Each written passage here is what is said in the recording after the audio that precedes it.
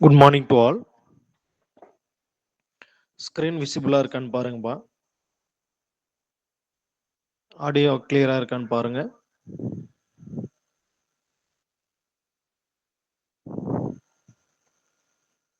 விசிபிளா இருக்கு. ஓகேப்பா, ஓகே. சரி, நான் லாஸ்ட் கிளாஸ்ல பார்த்தீங்கன்னா அப் டு மெகா ஓம் வரைக்கும் எப்படி ஒரு இன்சுலேஷன் ரெசிஸ்டன்ஸோ இல்லை ஒயரில் என்னென்ன மெத்தட்ஸில் வந்து நம்ம ரெசிஸ்டன்ஸை ஃபைண்ட் அவுட் பண்ணுறது அப்படின்னு பார்த்தோம். சரி, எப்படி கண்டுபிடிக்கிறது, எந்தெந்த மெத்தட்ஸ் நம்ம யூஸ் பண்ணுறதுன்னு பார்த்தோம். அடுத்து இன்னைக்கு பார்க்குறது வந்து இன்சுலேஷன், அதாவது ரெண்டு கண்டக்டருக்கு இடையில இருக்கிற ரெசிஸ்டன்ஸ் எப்படி மெஷர் பண்ணுறது. அதாவது இன்சுலேஷன் ரெசிஸ்டன்ஸ் பிட்வீன் கண்டக்டர்ஸ், ரெண்டு கண்டக்டர்ஸ்க்கு கடத்திகளுக்கு இடையில இருக்கிற இன்சுலேஷன் ரெசிஸ்டன்ஸை எப்படி மெஷர் பண்ணுறது அப்படிங்கிற மாதிரி பார்ப்போம். அடுத்து இன்னும் ஒரு கிளாஸில் இது முடிச்சுட்டு அடுத்து அப்ஜெக்டிவ் கொஷின்ஸும் பார்ப்போம், அடுத்தடுத்து யூனிட்டும் பார்ப்போம்.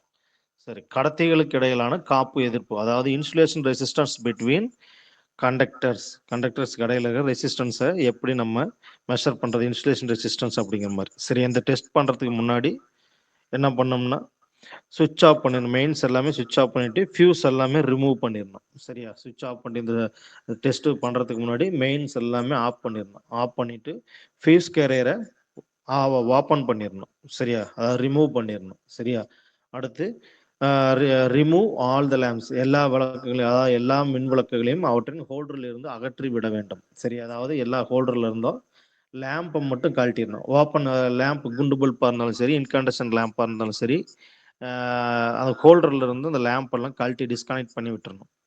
அனைத்து சாதனங்களையும் துண்டித்து அதன் சுவிட்சுகளையும் ஆன் நிலையில் வைக்கவும். அதாவது சுவிட்ச் எல்லாம் ஆன்ல வச்சுட்டு அந்த லேம்ப் எல்லாம் கழட்டி எடுத்துடணும். குண்டு பல்பு, இன்கண்டக்ஷன் லேம்பு, ஹோல்டர்ல இருந்ததெல்லாம் டிஸ்கனெக்ட் பண்ணி எடுத்துடணும். சரியா, எடுத்துட்டா குண்டு பல்பு கழட்டி எடுத்துட்டோம்னா பேஸ் நியூட்ரலாம் அந்த ஹோல்டர்ல வந்து ஓப்பனா நிற்கும்.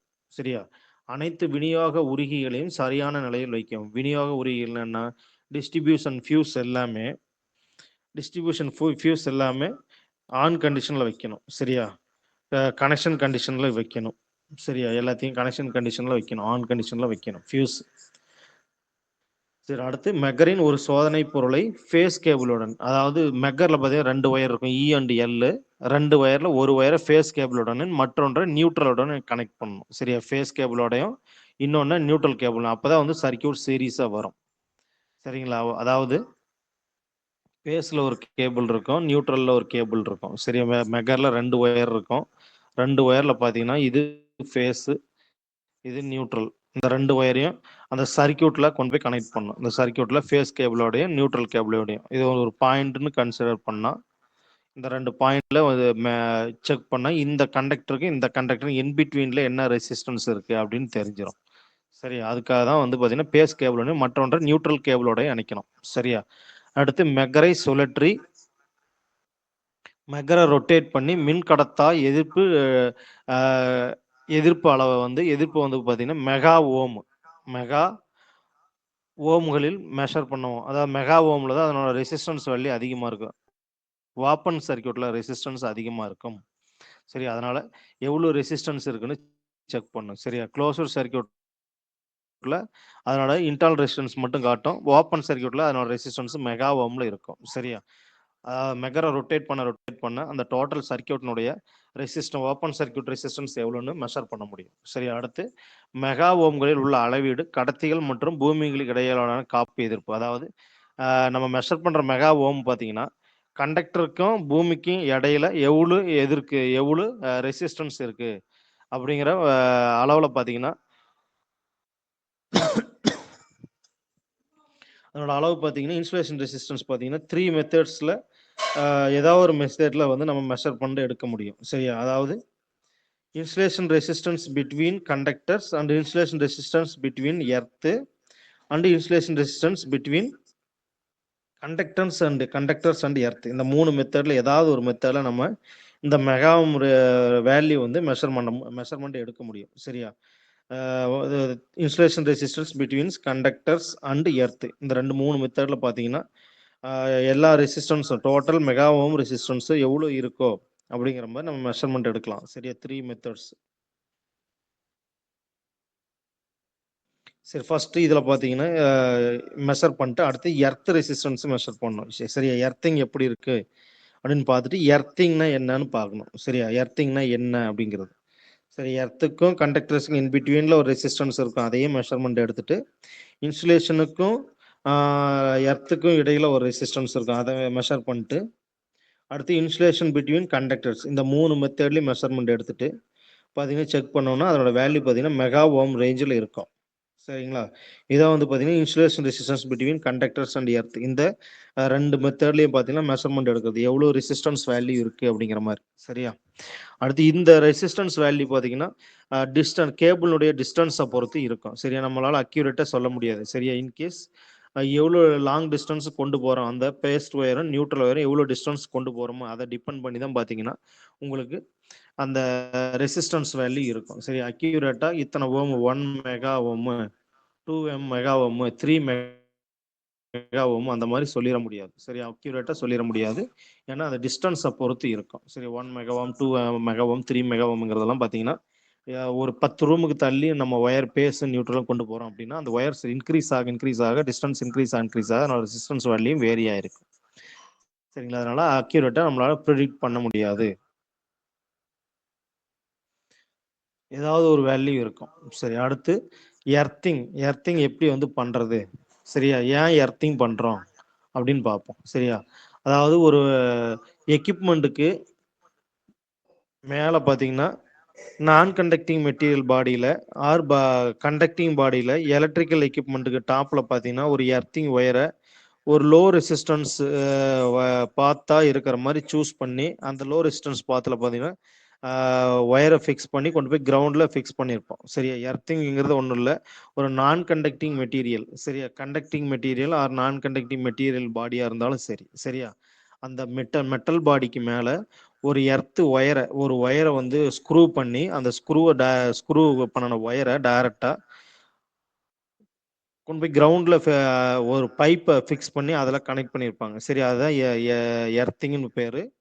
அந்த அந்த ஒயர் வழியாக பார்த்தீங்கன்னா ரெசிஸ்டன்ஸ் ரொம்ப மினிமமாக இருக்கும். சரியா, அதாவது அந்த இடத்துல பிளேஸில் கிரவுண்டில் அடிச்சிருக்கிற ஒயரில் பார்த்தீங்கன்னா மினிமம் லோ ரெசிஸ்டன்ஸ் பார்த்தா இருக்கணும். சரியா, ஹை ரெசிஸ்டன்ஸ் பார்த்தா இருந்தால் லீக்கேஜ் ஆகிற கரண்ட் வந்து கிரவுண்டுக்கு ஃப்ளோ ஆகாது. சரியா, அதனால அந்த ட்ரை பண்ண அந்த கிரவுண்டில் அடிச்சிருக்கிற பைப்போட ஒயர் கனெக்ட் பண்ணியிருப்பாங்க. ஒயர் கனெக்ட் பண்ணியிருக்கிறப்ப பார்த்தீங்கன்னா அதனால ஃப்ளோரிங்கினுடைய கண்டிஷனை பொறுத்து அது எப்படி இருக்கும், ரெசிஸ்டன்ஸ் வேல்யூ டிஃபரன்ஸ் இருக்கும். சரிங்களா, அதாவது எர்த்திங் பண்ணுறப்ப பார்த்தீங்கன்னா அந்த ஒயர் கிரவுண்டில் ஃபிக்ஸ் பண்ண பின்னாடி அந்த அந்த ஒயர் கீழே பைப்பில் நிலத்தில் அடிச்சிருப்போம்.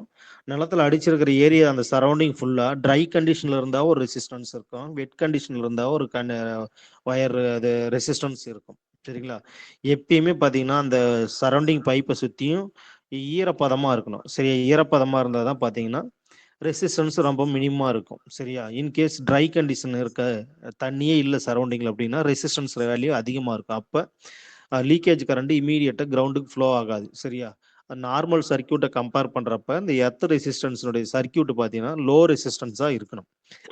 அப்போ தான் லீக்கேஜ் கரண்ட் டைரெக்டாக என்ன ஆகுனா கிரவுண்டுக்கு போயிடும். சரி, அந்த டைப்பில் தான் வந்து எர்த்திங் வந்து ஃபிக்ஸ் பண்ணுவாங்க. சரியா, இதில் 2 எர்த்திங் இருக்குது, system earthing and equipment earthing. சரியா, எக்யூப்மெண்ட் எர்த்திங் அதாவது உபகரணங்கள், அதாவது எக்யூப்மெண்ட்ஸுக்கு மேலே எர்த்திங் அமைக்கிறது. அடுத்தது சிஸ்டம்னுடைய எர்த்திங். சிஸ்டம்னா ஒரு பேனல் போர்டு இருக்கு, அந்த மாதிரி இருந்ததுன்னா ஒரு பேனல் போர்டு சைடில் ஸ்க்ரூ பண்ணி ஒரு எர்த் பண்ணியிருப்பாங்க. சரிங்களா, ஒரு போல்ட் நட்டு போட்டு டைட் பண்ணி எர்த் ஒயர் ஃபிக்ஸ் பண்ணி கிரவுண்டில் கொண்டு போய் அடிச்சிருப்பாங்க. சரி, அதுதான் வந்து அமைப்பு பூமி மயமாக்கல். சரி, அடுத்து உபகரண பூமி பொருத்துதல் அப்படிங்கிற மாதிரி. சரியா, எக்யூப்மெண்ட் எர்த்திங் இந்த ரெண்டும் இருக்கும். சரி, இந்த 2 டைப்ல தான் வந்து மேக்ஸிமம் எர்த்திங் பண்றாங்க. சரி, உபகரணங்கிறது எக்யூப்மெண்ட், ஒரு மோட்டரோ ஒரு கிரைண்டரோ ஏதாவது ஃப்ரிட்ஜு எக்யூப்மெண்ட்ஸ் எது வேணாலும் இருக்கலாம். சரியா, ஃபர்ஸ்ட் வந்து இருக்கிறது சிஸ்டம் எர்த்திங். சிஸ்டம் எர்த்திங்னா அதாவது மின்னோட்டம் நமக்கு தெரியும், கரண்ட். மின்னோட்டத்தை சுமந்து செல்லும் கடத்திகளின் தொடர்புடைய பூமி இணைப்பு பொதுவாக அமைப்பின் பாதுகாப்பிற்கு அவசியமானது. அதாவது ஒரு ஒயரை வந்து ஒரு பேனல் போர்டுக்குள்ள ஃபிக்ஸ் பண்ணியிருக்கிறோம், உள்ள கனெக்ஷன்ஸ் எல்லாம் நிறைய கொடுத்துருக்குறோம்னா அந்த கடத்திகளுக்குள்ள பார்த்தீங்கன்னா ஒரு எர்த்திங்கோட பொதுவா ஒரு காமன் ஒயரோட கனெக்ட் பண்ணி வச்சிருக்கிறது ரொம்ப இம்பார்ட்டன்ட். சரியா? அந்த ஒயர் கனெக்ஷன்ஸ்க்குள்ளேயே பார்த்தீங்கன்னா, ஒரு எர்த்திங் ஒயரும் காமனா ஒண்ணு கனெக்ட் பண்ணியிருக்கிறது ரொம்ப எசென்சியல். சரியா? ரொம்ப முக்கியமானது. சரியா? மேலும் இது ஒரு பொதுவான அமைப்பு, பூமி இணைப்பு என்று அழைக்கப்படும். இது வந்து காமன் எர்த்திங் பாயிண்ட்ன்னு சொல்லலாம். சரியா? இது ஒரு common system earthing point. Common earthing பாயிண்ட்ன்னு சொல்லலாம். சரியா? இந்த சிஸ்டம் எர்த்திங்ல ஜெனரேட்டிங் ஸ்டேஷன்ல, சப்ஸ்டேஷன்ல தான் அதிகமா யூஸ் பண்றாங்க. சரியா? ஜெனரேட்டிங் ஸ்டேஷன்ல காமன் எர்த் பாயிண்ட் எல்லா இடத்துலயும் ஒரே இடத்துல பேனல் போர்டா இருந்தாலும் சரி, ஜெனரேட்டிங் ஸ்டேஷன்ல பார்த்தீங்கன்னா, ஜெனரேட்டர் இருக்கும். நெறைய நெறைய எக்யூப்மெண்ட்ஸ் எல்லாம் இருக்கும். அதுல பார்த்தீங்கன்னா, எல்லாம் காமனா ஒரே இடத்துல கொண்டு வந்து கனெக்ட் பண்ணியிருப்பாங்க. பெரிய ரிஜிட் பாரா பெருசா ஒரு பைப்போ, இல்ல ஒரு காப்பர் பிளேட் வச்சோ எர்த்திங் பண்ணியிருப்பாங்க. சரி, அந்த எர்த்திங் பண்ண இடத்துல பார்த்தீங்கன்னா, ஒரு காமனா எல்லா எக்யூப்மெண்ட்ஸ்ல இருந்து வர்ற எர்த்தும் ஒரே இடத்துல கொண்டு வந்து காமனா கனெக்ட் பண்ணியிருப்பாங்க. சரி, அது மேக்ஸிமம் மின் உற்பத்தி நிலையங்கள், அதாவது ஜெனரேட்டிங் ஸ்டேஷன் மற்றும் துணை சப்ஸ்டேஷன்ல தான் வந்து பார்த்தீங்கன்னா, இந்த மாரி சிஸ்டம் எர்த்திங் வந்து பண்றாங்க. சரியா? இந்த மாரி எர்த்திங் பண்றாங்க.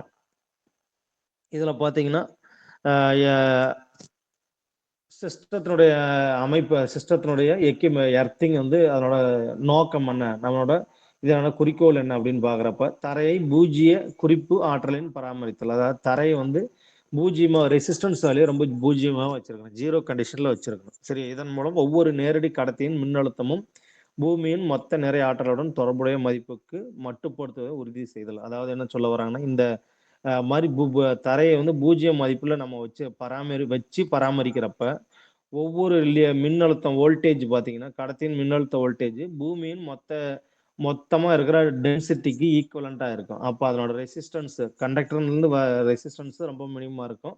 அதனோட வெயிட்டும் கம்மியா இருக்கும். சரியா? இதனோட அதனோட 2யும் கம்பேர் பண்றப்ப, 0க்கு அதாவது தரையினுடைய டென்சிட்டி, அதனோட கண்டக்டர்லேருந்து வர மின்னழுத்தம் லீக்கேஜும் பார்த்தீங்கன்னா, அதுல பயன்படுத்துற ஒயருக்கினுடைய ரெசிஸ்டன்ஸ்க்கு ஈக்குவலன்ட்டா இருக்கும். இன்சுலேஷன் ரெசிஸ்டன்ஸும் பார்த்தீங்கன்னா, அதனோட மின்னழுத்த வெயிட்டுக்கு ஈக்குவலன்ட்டா இருக்கும். சரி, அதனால ரெசிஸ்டன்ஸ் அதிகமாவும் போகக்கூடாது, கம்மியாவும் இருக்கக்கூடாது. சரி, ரொம்ப அதான் மினிமம் ரெசிஸ்டன்ஸா தான் இருக்கணும் ஒழிஞ்சு, மேக்ஸிமம் ரெசிஸ்டன்ஸா இருக்கக்கூடாது. சரி, அதாவது மேக்ஸிமம் இதனோட அந்த சரவுண்டிங் ஏரியா ஃபுல்லாவே ஒரு ப்ராப்பரான ஒரு டென்சிட்டியா இருக்கும். சரியா? இது பார்த்தீங்கன்னா, பயன்படுத்தப்படும் காப்பு நிலைக்கு ஒத்திருக்கிறது. அதாவது ரெசிஸ்டன்ஸுக்கு ஈக்குவலன்ட்டா இருக்குது அப்படின்னு சொல்றாங்க. சரியா? பாதுகாப்பு அளிக்கும் வகையில் எர்த்திங் வடிவமைக்கப்பட்டுள்ள ஏதேனும் தவறு ஏற்படும்போது, அதாவது நம்ம இந்த மாரி புரொடெக்ஷன் பண்ணி எர்த்திங் பண்ணியிருக்கிறதுல ஏதேனும் ஃபால்ட் வந்ததுன்னா, பாதுகாப்பு கருவியை இயக்கச் செய்து ஆலையின் பழுதடைந்த பகுதியை பாதிப்பல்லாத பாதிப்பில்லாததாக மாற்றுவதன் மூலம் அமைப்பை பாதுகாக்க முடியும். சரி, அதாவது என்ன சொல்ல வர்றேன்னா, ஏதாவது எமர்ஜென்சியா ஒரு எர்த்திங் லீக்கேஜ் நடக்குது அன்வான்டட் சிச்சுவேஷன்ல அப்படின்னா, இதனோட எக்யூப்மெண்ட்ஸ் பார்த்தீங்கன்னா, ஒரு எர்த் ஃபால்ட் ரிலே அந்த மாரி ரிலேஸ் வழியில கனெக்ட் பண்ணியிருப்பாங்க. சரியா? எர்த் ஃபால்ட் ரிலேஸ்ல கனெக்ட் பண்ணி டைரக்ட்டா வச்சிருக்கிறப்ப, டைரக்ட்டா அந்த எர்த் ஃபால்ட் ரிலே என்ன பண்ணும்? ஆப்பரேட் ஆயிரும். ஆப்பரேட் ஆயிட்டு டோட்டல் அந்த எக்யூப்மெண்ட்ஸினுடைய டேமேஜ் அந்த ஃபேக்டரில இதுவுமே பார்த்தீங்கன்னா, பாதிப்பில்லாத பகுதியை தனியா செப்பரேட்டா பிரிச்சிரும். சரியா? அமைப்பையே செப்பரேட்டா புரொடெக்ட் பண்ணிரும். சரியா? அதனால ஒரு எர்த் ஃபால்ட் ரிலே இந்த சர்க்யூட்டுக்கு சீரிஸா கனெக்ட் பண்ணியிருப்பாங்க. அந்த எர்த் ஃபால்ட் ரிலே என்ன பண்ணும்னா, சடனா ஆன் ஆயிரும். சடனா ஆன் ஆச்சுன்னா, எர்த் லீக்கேஜ் ஆச்சுன்னா, அந்த எர்த் ஃபால்ட் ரிலே ஆப்பரேட் ஆகி டோட்டல் சிஸ்டத்தையும் வந்து புரொடெக்ட் பண்ணிரும். ஒரு டேமேஜ் ஆன பிளேஸையும், டேமேஜ் இல்லாத பிளேஸையும் செப்பரேட் பண்ணி, அந்த டோட்டல் சிஸ்டத்தையும் வந்து என்ன பண்ணும்னா, பாதுகாப்பு பண்ணிரும். சரி, அதுக்காக தான் பார்த்தீங்கன்னா, ஒரு பாதுகாப்பு கருவி இதை இயக்கச் செய்யுதுங்கிறப்ப ஒரு புரொடெக்ஷன் எக்யூப்மெண்ட் இருக்கும். சரி, அந்த புரொடெக்ஷன் எக்யூப்மெண்ட் ஏதாவது ஒரு புரொடெக்ஷன் எக்யூப்மெண்ட்டா இருக்கலாம். சரியா? இன்கேஸ் எர்த் ஃபால்ட் ரிலே கூட கனெக்ட் பண்ணியிருக்கலாம். சரியா? ஒரு ப்ரொடக்டிவ் சுவிட்ச் கியர் கனெக்ட் பண்ணி உடனே இம்மீடியட்டா ஃபால்ட் போர்ஷனை செப்பரேட் பண்ணிருவாங்க. சரியா? ஃபால்ட் ஆயிருந்ததுன்னா அந்த போர்ஷன் மட்டும் செப்பரேட்டா டிஸ்கனெக்ட் பண்ணி எடுத்துருவாங்க. சரி, இந்த மாதிரி தான் வந்து பார்த்தீங்கன்னா, எர்த்திங் பண்ணிட்டு இது ஃபேக்டரி எர்த்திங் ஆர் சிஸ்டம் எர்த்திங்னு சொல்றப்ப பார்த்தீங்கன்னா, இந்த மாதிரி காமன் எர்த்திங்ல பண்ணிட்டு அதுக்கு ஒரு சீரிஸா ஒரு ப்ரொடக்ஷன் எக்யூப்மெண்ட் கனெக்ட் பண்ணி எர்த் ஃபால்ட் ரிலே கனெக்ட் பண்ணி ஏதாவது ஃபால்ட் ஆச்சுன்னா இமீடியட்டா ஆஃப் பண்ணிடுவாங்க. சரி, இமீடியட்டா அந்த ரிலே என்ன பண்ணோம்னா சென்ஸ் பண்ணிட்டு இமீடியட்டா ஆஃப் பண்ணிடும். சரியா? இதனால வந்து பாத்தீங்கன்னா எக்யூப்மெண்ட் சேஃப் ஆயிரும். சரியா? ப்ரொடெக்ஷன் பண்ணிடலாம். சரியா? இது வந்து சிஸ்டம் எர்த்திங்கோட தியரி சிஸ்டம் எர்த்திங்ல எந்த மாதிரி பண்றாங்கங்கிறது. சரியா? அடுத்து எக்யூப்மெண்ட் எர்த்திங். சரி, அடுத்தது எக்யூப்மெண்ட் எர்த்திங். சரி, இதுல வந்து பாத்தீங்கன்னா எக்யூப்மெண்ட்ங்கிறப்ப செப்பரேட்டா பண்றது. சரியா? காமனா பண்றது ஒண்ணு, இது செப்பரேட்டா பண்றது. சரியா? இதுல வந்து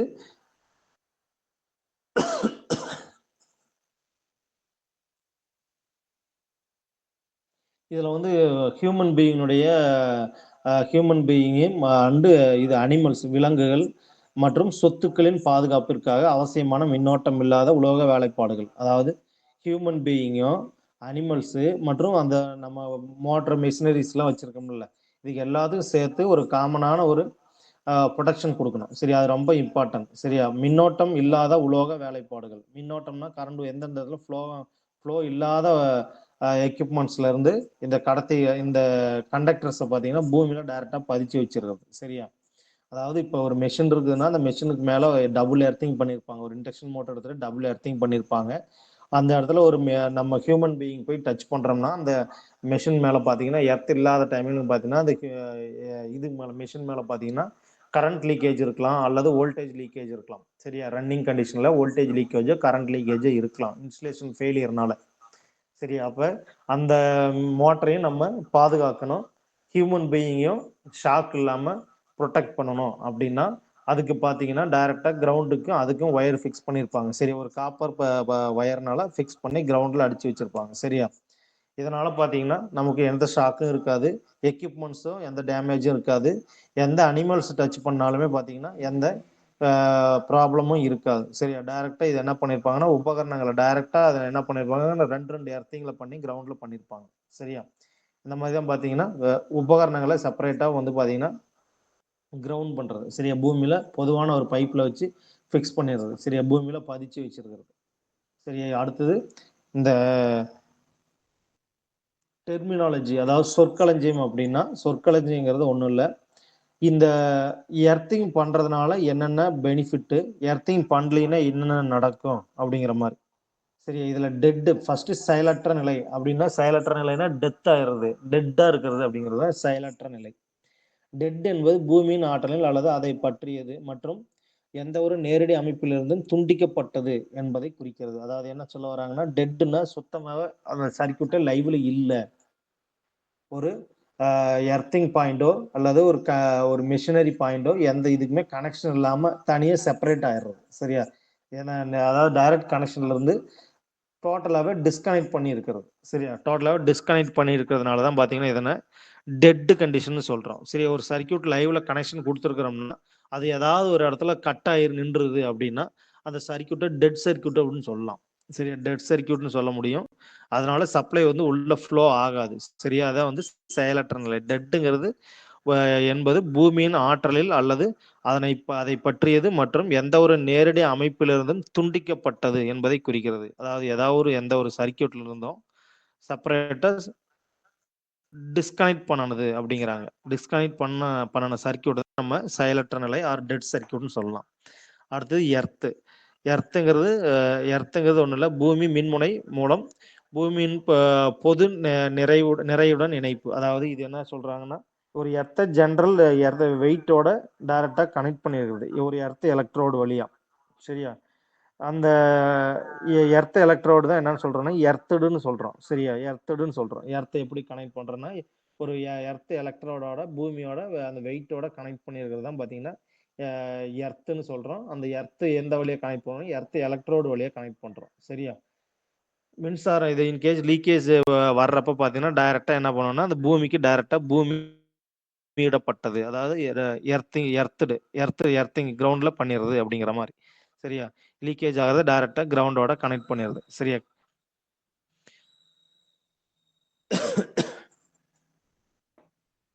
சரி, ஒரு மின்கடத்தி பூமி மின்முனையுடன் மின்சாரமாக இணைக்கப்படும் போது அது திடமாக பூமியிடப்பட்டது என்று கூறப்படுகிறது. அதாவது ஒரு கண்டக்டர் வந்து ஒரு லைவ் ஒயரோட கரண்ட் ஒயரோட கனெக்ட் பண்றப்ப, சரி, ஒரு கண்டக்டரை லைவ் ஒயரோட கனெக்ட் பண்ணப்ப அது பாத்தீங்கன்னா டைரக்டா பூமியில கனெக்ட் பண்ணியிருந்ததுன்னா அது டைரக்ட் கனெக்ஷன், பூமிக்கு டைரக்டா கனெக்ட் பண்ற மாதிரி திடமா கனெக்ட் பண்ணிருக்குது அந்த மாதிரி அர்த்தம். சரி, அதாவது ஒரு கடத்தி ஒரு செப்பரேட்டான ஒரு கண்டக்டர் இருக்குது, அது மின்முனையோட அதாவது கரண்டோட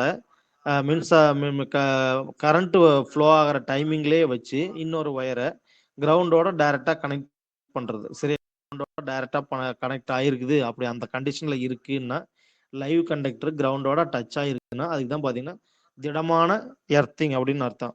சரியா, டைரக்டா வந்து கிரவுண்ட்லயே சாலிடா வந்து எர்த் ஆயிருக்கு அப்படிங்கிற மாதிரி. சரியா, அதாவது எலக்ட்ரிக்கலி எலக்ட்ரோடோட கனெக்ட் ஆயிருக்கு அந்த மாதிரி. சரி, அந்த மாதிரி சொல்லலாம். சரியா, டைரக்டா சாலிடா கிரவுண்ட் ஆயிருக்கு. பேஸ் ஒயர் டைரக்டா கிரவுண்ட்ல டச் ஆகுறப்ப பாத்தீங்கன்னா அந்த ஒயர் வந்து சாலிடா கிரவுண்ட்ல ஸ்ட்ராங்கா கிரவுண்ட்ல ஒட்டிட்டு இருக்கு அப்படின்னா அதுதான் பாத்தீங்கன்னா சாலிடு கிரவுண்டிங் அர்த்தம். சரி, அது வந்து பாத்தீங்கன்னா வயா எலக்ட்ரோடு வழியா, இன்கேஸ் எலக்ட்ரோடுனா அந்த மெகர் மீட்டர்லயோ ஏதாவது ஒரு மீட்டர்ஸ் பாத்தீங்கன்னா டெஸ்டிங் லீட்ஸ் இருக்கும். சரியா, அல்லது எலக்ட்ரோடுங்கிறது பாத்தீங்கன்னா இந்த வேற மெஷரிங் இன்ஸ்ட்ருமெண்ட்ஸ்ல பாத்தீங்கன்னா டெஸ்டிங் பண்றது எலக்ட்ரோட்ஸ் வச்சிருப்பாங்க. அந்த எலக்ட்ரோட்ஸ் வழியாகவும் இணைக்கப்படுறப்ப பாத்தீங்கன்னா அது வந்து சாலிடு கிரவுண்டிங்னு சொல்றாங்க. சரியா, அடுத்தது பாத்தீங்கன்னா எர்த் கண்டினியூட்டி கண்டக்டர். தான் வந்து பாத்தீங்கன்னா எர்த் மின் தொடர்ச்சி கடத்தி. சரியா, எர்த் கண்டினியூட்டி கண்டக்டர்னா எப்படி இருக்கு, எர்த் கண்டினியூட்டி எப்படி இருக்கு, அதாவது ஒரு எர்த்துக்கும் ஒரு லைவ் கண்டக்டருக்கும் நம்ம செக் பண்ணி பாக்குறப்ப எர்த்துக்கும் லைவ் கண்டக்டருக்கும் செக் பண்ணி பாக்குறப்ப கண்டினியூட்டி ப்ராப்பரா இருக்கா, அதாவது கனெக்ஷன் இருக்கா இல்லையா அப்படின்னு பாக்குறது தான் பாத்தீங்கன்னா எர்த் கண்டினியூட்டி கண்டக்டர், இசிசி. சரியா, அப்ரிவேஷன் பாத்துங்க, எர்த் கண்டினியூட்டி கண்டக்டர். இசிசினாவே எர்த் கண்டினியூட்டி கண்டக்டர், இங்கிலீஷ்ல ஃபுல் ஃபார்ம். சரியா, ஒரு சர்க்கியூட்ல அல்லது உபகரணத்தின் கடத்தாத உலோக பகுதியை, சரியா, கரண்ட் கடத்தாத உலோக பகுதியை உடலை அதாவது அந்த பார்ட்டுடைய டாப்பை பூமி மின் முனையுடன் இணைக்கும் கடத்தியை கொண்டு பூமியை கனெக்ட் பண்ற போது இந்த மின் தொடர்ச்சி கண்டினியூஸா கிரவுண்டுக்கு போகும் அப்படின்னு சொல்றாங்க. சரியா, எர்த்தின் கண்டினியூட்டி கண்டக்டர். சரி, அதாவது ஒரு எக்யூப்மெண்ட்டுடைய போர்ஷனு ஆர் போர்ஷனு ரெண்டையும் மின் கடத்தாத உலோக பொருள். சரியா, மின் கடத்தாத உலோக பொருள் என்னது, உலோக பகுதின்னா அது நான் கண்டக்டிங் மெட்டீரியல். சரியா, நான் கண்டக்டிங் மெட்டீரியல் இல்லாம இல்ல பூமியினுடைய அதாவது பூமியினுடைய பார்ட் ஒரு சைட்ல கொண்டு போயிட்டு அந்த ஒயரை வந்து அதாவது கடத்தாத ஒயரை கொண்டு போய் டைரக்டா பூமியினுடைய கடத்தும் பகுதிக்கு கொண்டு போய் கனெக்ட் பண்றது. சரி, அதாவது கண்டினியூட்டி ப்ராப்பரா இருக்க முடியாது. சீரியஸா ஒரு மெஷினுடைய டாப்ல ஒரு டெஸ்டிங் ஒயர் லீட்ஸை வைக்கிறோம், கிரவுண்டுக்கு ஒரு டெஸ்டிங் ஒயர் லீட்ஸ் வைக்கிறோம்னா ரெண்டையும் செக் பண்ணி பாக்குறப்ப ஒரு சீரிஸ் லூப் மாதிரி இருக்கும். சரி, அந்த மாதிரி இருக்கிறதா வந்து பாத்தீங்கன்னா கண்டினியூட்டி கண்டக்டர் அப்படிங்கிற மாதிரி. சரியா, அப்ப சீரியஸா இருக்கு, லைன் வந்து கிரவுண்டுக்கு டச் ஆகிட்டு இருக்கு அப்படிங்கிறது. சரியா, அடுத்து எர்த் எலக்ட்ரோடுங்கிறத வந்து பாத்தீங்கன்னா கிரவுண்ட்ல வந்து பாத்தீங்கன்னா இது மின்சாரத்தை கடத்துறதுக்காக, அதாவது டைரக்டா எக்யூப்மெண்ட்ல ஏதாவது டேமேஜ் ஆகுது, கரண்ட் லீக்கேஜ் வோல்டேஜ் லீக் ஆகுதுன்னா கிரவுண்ட்ல வந்து அந்த லீக்கேஜை ஃபுல்லாவே சப்ரஸ் பண்ணிடணும், அதாவது கிரவுண்டுக்கு அனுப்பிச்சிடணும். சரியா, கிரவுண்டுக்கு அனுப்புறதுக்காக யூஸ் பண்றது இந்த எர்த் எலக்ட்ரோடு. சரியா, இந்த எர்த் எலக்ட்ரோடு பாத்தீங்கன்னா கிரவுண்ட்ல பதிச்சு வச்சிருப்பாங்க ஒரு 5 அடி ஆழத்துல. சரியா, அந்த மாதிரி இது வந்து தகடாகணும், உலோக தகடு, அதாவது காப்பர் ஷீட்டா கூட இருக்கலாம். சரியா, காப்பர் ஷீட்டு, ஸ்கொயர் பிளேட்டா கூட இருக்கலாம், இல்ல பைப்பா கூட வெர்டிகலான ஒரு பைப்ல கூட ஃபிக்ஸ் பண்ணிருக்கலாம். வெர்டிகல் பைப்ல பாத்தீங்கன்னா மேல டாப்ல இந்த இடத்துல கிளாம்பு மாதிரி ஃபிக்ஸ் பண்ணிருப்பாங்க. சரி, இந்த மாதிரி கிளாம்பு மாதிரி ஃபிக்ஸ் பண்ணி இதுல பாத்தீங்கன்னா ஒயர் கனெக்ஷன்ஸ் எடுத்திருப்பாங்க. சரி, ஒயர் கனெக்ஷன்ஸ் வந்து இந்த இடத்துல கிரவுண்ட்ல கனெக்ட் பண்ணிருப்பாங்க. சரி, இந்த டாப்ல இருந்து பாத்தீங்கன்னா இது வந்து காப்பர் பிளேட்டா இருக்கும். சரி, இது வந்து காப்பர் பிளேட்டா இருக்கலாம்.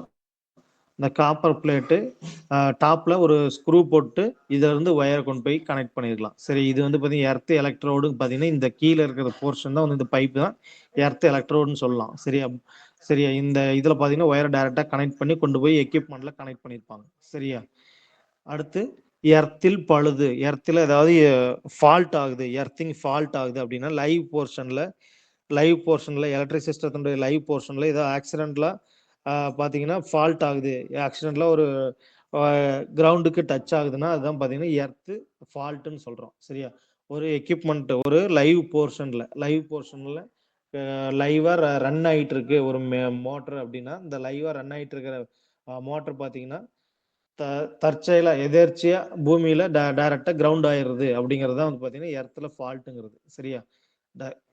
கிரவுண்ட்ல வந்து டைரக்டா கனெக்ட் ஆயிருது. சரி, இது ஒயர் கட் ஆயோ இல்ல பேஸ்ல பாத்தீங்கன்னா எந்த ஒயருக்கு கட் ஆகாம டெர்மினல் பிளேட்ல 3 பேஸ் போயிட்டு இருக்குன்னா ஏதாவது ஒரு பேஸ் கட் ஆகி அந்த மெஷின் பார்ட்ல ஏதாவது டச் ஆயிடுறது, அதெல்லாம் பாத்தீங்கன்னா எர்த் ஃபால்ட்னு சொல்லுவோம். டைரக்டா எர்த் வந்து பாத்தீங்கன்னா கீழே கிரவுண்ட்ல இருந்து மோட்டார் டாப்ல ஃபிக்ஸ் பண்ணியிருப்பாங்க. அந்த லைவ் ஒயர் ஏதாவது அந்த மெட்டல் பார்ட்ல ஏதாவது பட்டுச்சுன்னா அதுதான் வந்து பாத்தீங்கன்னா எர்த் ஃபால்ட் ஆகிறதுக்கான ரீசன். சரியா? டைரக்டா எர்த்திங் ஆயிருதுன்னு அர்த்தம். சரியா? அதனால என்ன ஆகும்னா ஷார்ட் சர்க்யூட் ஆயிரும். இமீடியட்டா ஷார்ட் சர்க்யூட் ஆயிரும். சரி, எர்த்திங்ல ஃபால்ட். சரி, அடுத்து கசிவு மின்னோட்டம். கசிவு மின்னோட்டம்னா லீக்கேஜ் கரண்ட்.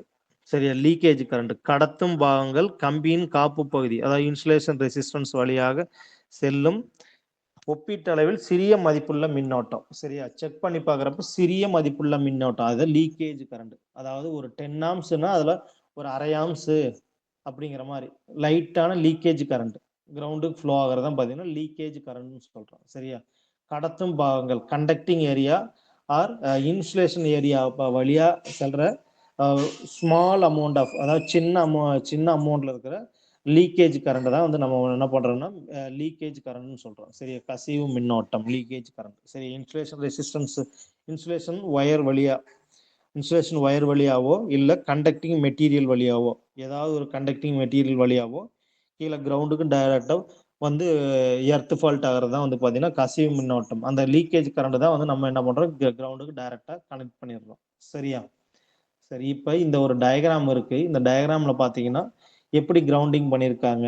இப்ப ஒவ்வொரு இதுலயும் பாத்தீங்கன்னா நம்ம ஒரு லைவ் ஒயரை டச் பண்றப்ப என்னென்ன இஷ்யூஸ் நடக்குது அப்படிங்கிற மாதிரி. சரி, அதனோட கரண்ட் ரேட்டிங்கும் கொடுத்துருக்காங்க. சரியா? எந்த ரேட்டிங்ல இருந்து எந்த ரேட்டிங் வரைக்கும் இருக்கும் அப்படிங்கிற மாதிரி.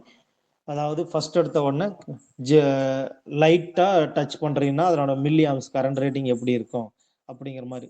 நோ சென்சேஷன், லைட்டா ஷாக் அடிக்குது, ஹெவியா ஷாக் அடிக்குது, இல்ல த்ரீ ஃபேஸ்ல ஏதாவது 2 ஃபேஸ் டச் பண்ணிடுற அப்படிங்கிறப்ப அதனோட கரண்ட் ரேட்டிங் என்ன, அதனால என்ன இஷ்யூ நடக்குது, இம்பாக்ட் என்ன நடக்குது, இதனால நம்ம ஹியூமன் பீயிங் பாடியில இந்த மாதிரி பாசிபிள் டைரக்டா டச் ஆச்சுன்னா ரிஜிடா அதாவது ஸ்ட்ராங்கா பிடிச்சிடுறோம், ஒயரை பிடிச்சிடுறோம்னா அதனோட மில்லி ஆம்ஸ் எவ்வளவு கிரவுண்டுக்கு போகுது அப்படிங்கிற மாதிரி. சரியா? ஃபர்ஸ்ட் எடுத்த உடனே லைட்டா டச் பண்றோம் அப்படின்னா நோ சென்சேஷன், எந்த ஒரு உணர்வு திறனும் இருக்காது. அப்போ வந்து 1 மில்லி ஆம்ஸ் இருக்கும். இன்கேஸ் அது ரொம்ப ஸ்ட்ராங்கா டச் பண்ண அதோட கரண்ட் ரேட்டிங் அப்படியே இன்க்ரீஸ் ஆகிட்டே போகும். 5 மில்லி ஆம்ஸ். சரியா? 5 மில்லி ஆம்ஸ்ல எதுவுமே எந்த இஷ்யூமே இருக்காது. சரியா? அந்த 5 மில்லி ஆம்ஸுக்கு மேல 20 மில்லி ஆம்ஸ் நீங்க டச் பண்றீங்கன்னா பெயின்ஃபுல் ஷாக். 20 மில்லி ஆம்ஸ் உடம்பு கிரவுண்ட்ல இருந்து நீங்க நிக்கிறீங்கன்னா நீங்க ஒரு லைவ் கண்டக்டரை டச் பண்ணிடுறீங்க. அப்ப அந்த கொஞ்சம் ஸ்ட்ராங்கா ஹோல்டு பண்ணிடுறீங்க, வயரை வந்து பிடிச்சிடுறீங்க. கரண்ட் இந்த கண்டக்டர் வழியா போயிட்டு இருக்கிற கரண்ட் நம்ம ஹியூமன் பீயிங் பாடியில டச் ஆகுதுன்னா அது ஒரு 20 மில்லியாம்ஸ் மேல போச்சுன்னா பாத்தீங்கன்னா பெயின்ஃபுல் ஷாக்கா இருக்கும். சரியா? நம்மளால எந்திரிச்சு ஓட முடியாது, நடக்க முடியாது, அந்த மாதிரி பெயின்ஃபுல் ஷாக்கா இருக்கும். சரியா? அடுத்து இன்கேஸ் அந்த கரண்ட் ரேட்டிங் பாத்தீங்கன்னா 50 மில்லியாம்ஸ் மேல நம்ம பாடியில வந்து கரண்ட் ஃப்ளோ ஆகுது அப்படின்னா அது ஹார்ட் கன்வல்யூஷன்ஸ் கன்வல்ஷன்ஸ்னா ஹார்ட் அட்டாக் வர்ற மாதிரி. சரி, யூஸ்வலி அதாவது இந்த டோட்டலா வந்து ஹார்ட்டே அப்படியே பல்ஜ் பண்ணிடும், ஹார்ட் உடனே ஸ்டாப் ஆகிறதுக்கு வாய்ப்பு இருக்குது. சரி, அதாவது 50 மில்லி ஆம்ஸ்க்கு மேல போறப்ப. அடுத்து 100,000 மில்லி ஆம்ஸ் எல்லாம் போச்சுன்னா அது டெட் ஷாட் ரொம்ப எஃபெக்டிவான ஒரு கரண்ட் ஷாக்னா 1000 மில்லி ஆம்ஸ். இதெல்லாம் 1 ஆம்ஸ் கரண்ட் ஃப்ளோ ஆகுதுன்னு அர்த்தம். சரி, அப்போ வந்து current rating in 100 watts lamp can electrocute அப்படின்னா ஒரு 1 ஆம்ஸ்ங்கிறது ஒரு லைட் எரிய வைக்கிறதுக்கான சமமான கரண்ட். சரியா? 20 adults at one time, 20 adults at அதாவது பெரிய 20 பெரியவங்க, அதாவது பெரிய ஹியூமன் பீயிங்ஸ் அதாவது பெரியவங்க யாராவது 20 பேருனுடைய உடம்புல இருக்கிற டோட்டல் ரெசிஸ்டன்ஸ் டோட்டல் கரண்ட்டுக்கு ஈக்குவலண்டா இருக்கும். சரி, அவ்வளவு பவர் ரேட்டிங் வந்து ஹியூமன் பீயிங் பாடியில வந்து டச் ஆயிருக்கும். சரியா? 1000 மில்லி ஆம்ஸ் ரேட்டிங். சரியா? 1000 மில்லி ஆம்ஸ்னா அது ஈக்குவலன் டு 1 ஆம்ஸ். சரி, இந்த ரேஞ்சுக்கு போறப்பதான் பாத்தீங்கன்னா ஹெவி ஷாக் இருக்கும். அந்த 1000 மில்லி ஆம்ஸ்ங்கிறது வந்து பாத்தீங்கன்னா 20 மெம்பர்ஸ்னுடைய உடம்புல இருக்கிற ரெசிஸ்டன்ஸுக்கு ஈக்குவலண்டா இருக்கும். ரெசிஸ்டன்ஸ் கம்மியா இருந்ததுன்னா கரண்ட் ரேட்டிங் அதிகமா இருக்கும். சரியா? அப்படிங்கிற மாதிரி. சரியா, செக் பண்ணிக்கங்க. எப்படியெல்லாம் இந்த ரேட்டிங்ஸ் தான் கேட்குறாங்க. இந்த 20 மில்லி ஆம்ஸ் 50 மில்லி ஆம்ஸ் இருந்தால் என்ன ஹியூமன் பீயிங் பாடிக்கு அஃபெக்ட் ஆகுது, ஹார்ட் ஃபெயிலியர் ஆகுதா, ஹார்ட் சடனாக ஸ்டாப் ஆயிருதா, இல்லை பெயின்ஃபுல் ஷாக் அடிக்கிறதுக்கு என்ன கரண்ட் ரேட்டிங் 20 மில்லி ஆம்ஸா அப்படிங்கிற மாதிரி செக் பண்ணிங்க. இதெல்லாம் சைடில் ஹிண்ட்ஸாக எழுதி வச்சுக்கோங்க.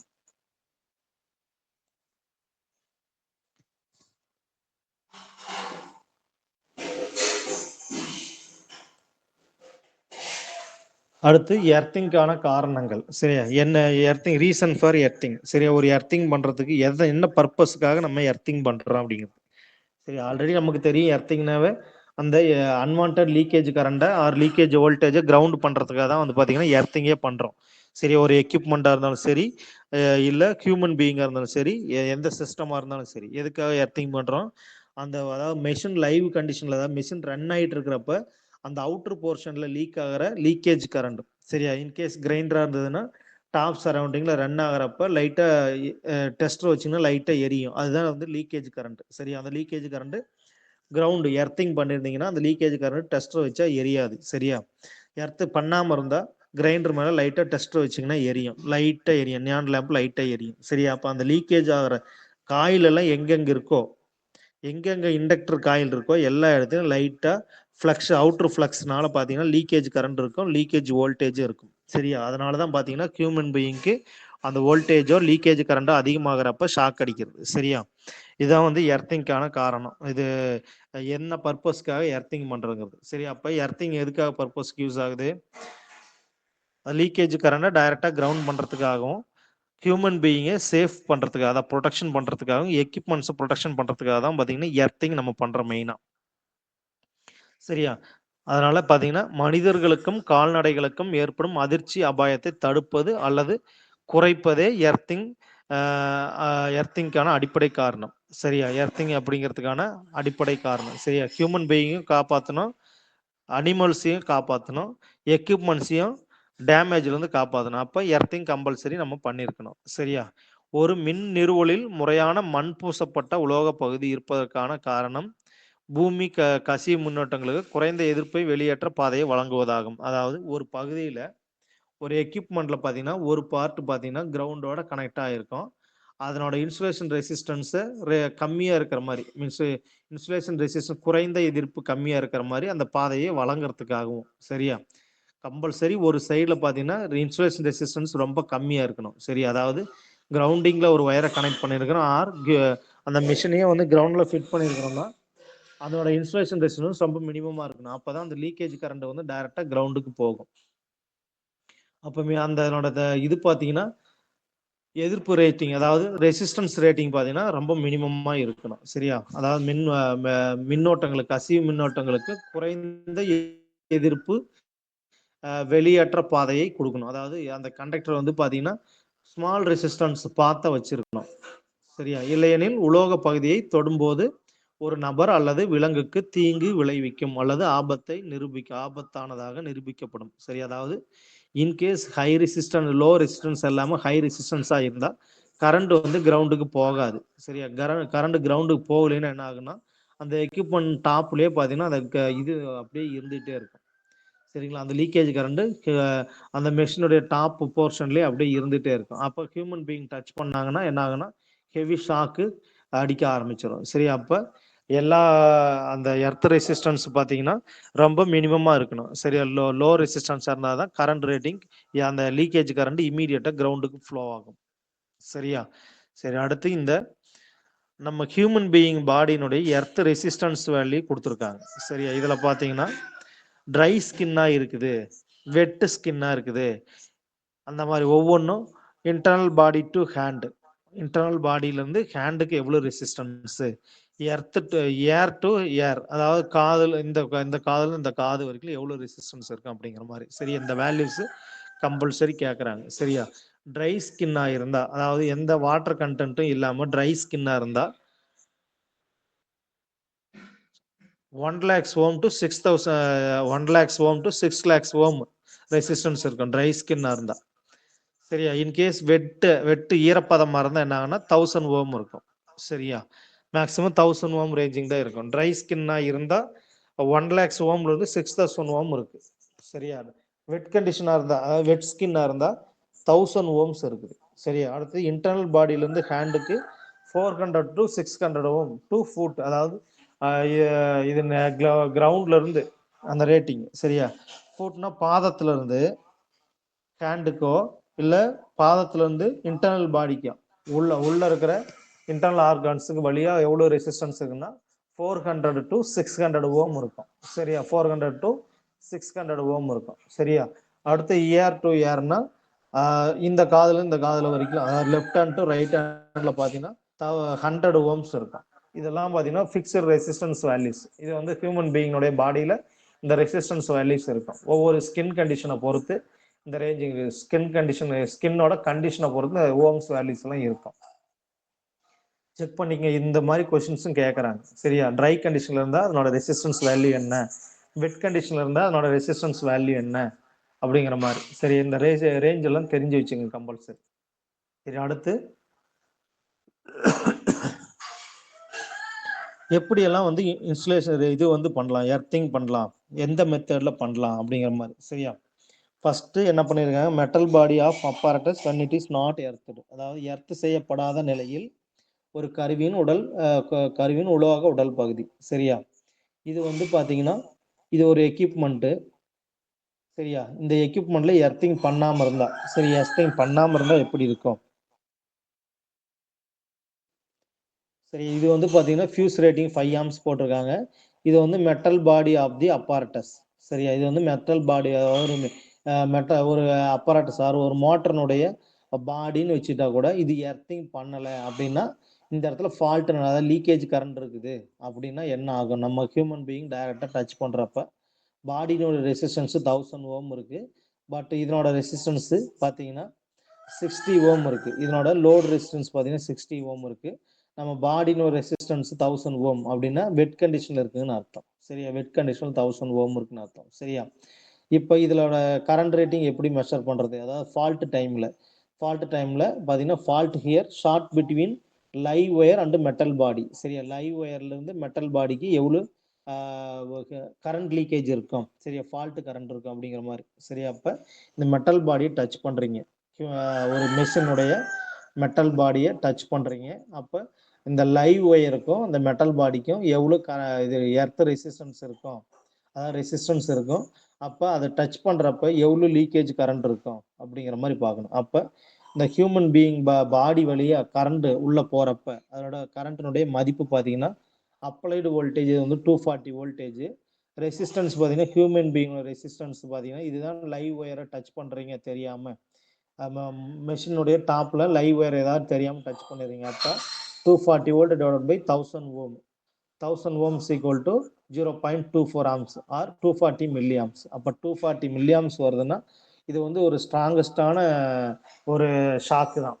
சரியா? ஏன்னா ரெசிஸ்டன்ஸ் இங்க வோல்டேஜ் அதிகமா இருக்கு, ரெசிஸ்டன்ஸ் அதிகமா இருக்கு. சரி, அதை ப்ரொபோர்ஷனாலிட்டியா தான் கரண்ட் இருக்கும். சரியா? அப்ப இதுக்கு பாத்தீங்கன்னா 240 மில்லியாம்ஸ் இருக்கு. சரியா? அப்ப பட் நம்மளோட இதுல பாத்தீங்கன்னா 240 மில்லியாம்ஸ் மேல 50 மில்லியாம்ஸ் போச்சுன்னா மேல பாத்தீங்கன்னா கரண்ட் ரேட்டிங் பயங்கரமான ஷாக்கா இருக்கும். சரி, அதுதான் இதுல சொல்லியிருக்காங்க. அப்ப இந்த கரண்ட் ஷாக் பாத்தீங்கன்னா ரொம்பவும் மோசமானது. சரியா?